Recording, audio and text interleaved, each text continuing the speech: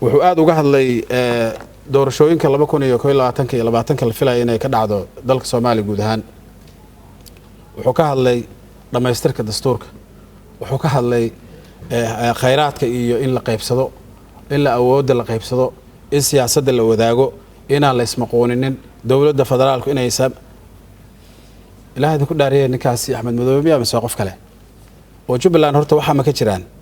doorashadii ka dhacday oo doorashadii hadeer isagoo doorasho u yaqaan laakiin annaga wax kale u naqaanay waa tusaalihii ugu dambeeyay meyd waka kala sii wada u dambeeyay hanaanka hadda uu Kismaayo ku joogo isagoo doorashada u yaqaan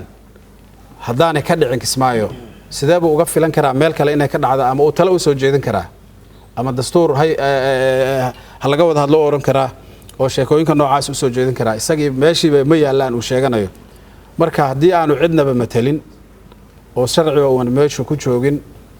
oo wixii uu ku joogi jiray bariga hore oo ka aamusnayn oo islahayn mar unba dib u heshiisiin iyo xal la gaari doona uu laad ku dhuftay oo ciidan iyo handadaad uu arintu ku ekaatay adeer waxaan leenahay qofkii ka hadli lahaa doorasho xor iyo xalaal ah iyo dimuqraadiyad iyo dastuur